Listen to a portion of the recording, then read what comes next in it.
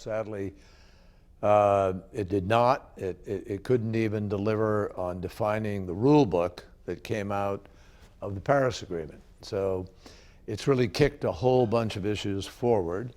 And next year in Glasgow, it is going to be absolutely critical that ambition is raised very, very significantly. And sadly, my country, the United States of America, was one of the leading laggards in Madrid, refusing to push the process forward, together with Australia and Brazil. In 2015 in Paris, we went to China, we brought the Chinese on board, we built consensus, we led.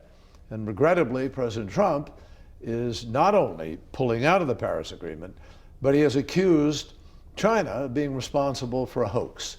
I mean, you couldn't make it up. It's like living in the twilight zone with what he's done. Do you regret not being even more ambitious then in 2015? Paris had no carbon taxes. You were criticised for that at the time. I think, are there regrets to any loopholes? Well, we wanted to. I'm personally very supportive of carbon tax. I'd love to get it done. Carbon fee, whatever you want to call it. But unfortunately, it was not doable in Paris. It was the art of the possible. And there were some limitations, because we learned in Kyoto that if you make it mandatory, a lot of countries walk away, including ours. Jane Fonda told me last week that this was a crime against humanity. She said the fossil fuel industry will be held accountable like Nuremberg. Do you agree? Well, I don't know if it's going to be like Nuremberg or something else, but clearly the fossil fuel industry has known for some period of time the downside negative effect of continuing to use fossil fuels in the manner that we have. Should they be put on trial? I think the civil suit process of our country and of other countries, democracies, is a legitimate avenue for people to pursue for damages for what has happened. Let's talk about your own initiative, World War Zero. This will join yourself, the Clintons, Gordon Brown, Leonardo DiCaprio, Schwarzenegger, amongst others. People can look at that list and say, I recognise these. These are mostly Democrat, not all, mostly urban, mostly elites. Do you think that might be sending out the wrong message when you've got to talk to the whole country? First of all, it's not exclusively one coast or the other. There are people there from various states in the country, Southerners, Northerners, and it's growing. That's just the initial announcement. There is enormous upside, great benefits in embracing the technologies of the future, the jobs that will come with creating the new electricity grids, the new fuels, the various technologies we will use to solve this problem are going to be gigantic numbers of jobs.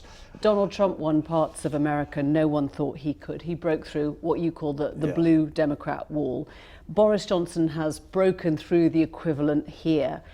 What are they getting right that the left isn't? What happened is, I think, people saw in the Prime Minister an agent of change of one kind or another, and equally importantly, the Labour Party obviously had great difficulty in presenting a platform that gave people confidence about the future. Last year you said the Brexit vote was regrettably not entirely based on fact. I've heard how passionate you are about evidence and evidence-based findings. Does it worry you that we are now pressing ahead with something that, in your words, is not entirely based on fact? Well, it's no secret that President Obama was here in Britain and was a Remainer, and I was a Remainer, and we were Remainers. But this election has effectively made it clear Brexit's going to happen. Now, in what shape, what form, what's the deal going to be, we don't know at this point in time. If it's not entirely based on fact, but it is still the will of the people, and you recognise the importance of listening to that voice, does that trump what you would call a lack of fact? I think that the people have spoken a couple of times now, and the first time they spoke, I thought there was a dangerous level of deception involved in that conversation, if you want to call it that. The costs, what would happen, the benefits, the rationales.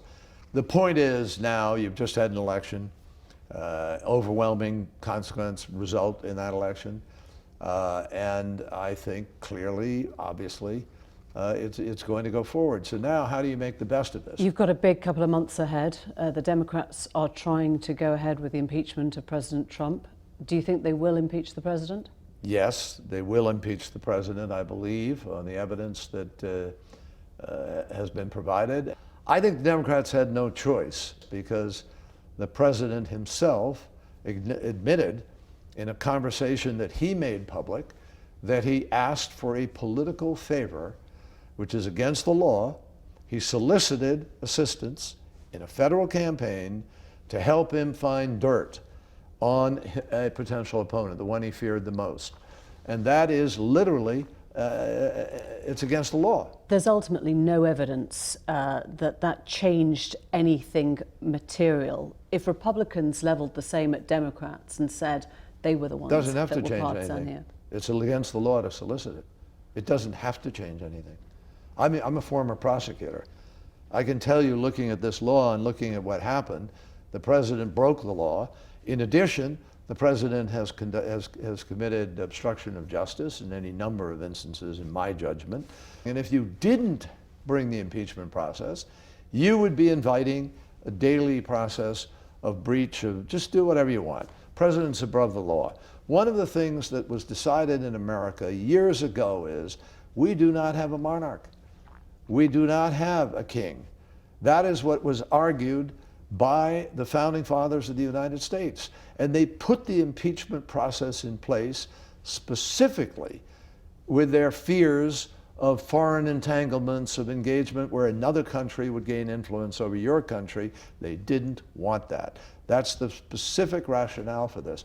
John Kerry, thank you very much. Pleasure to be with you.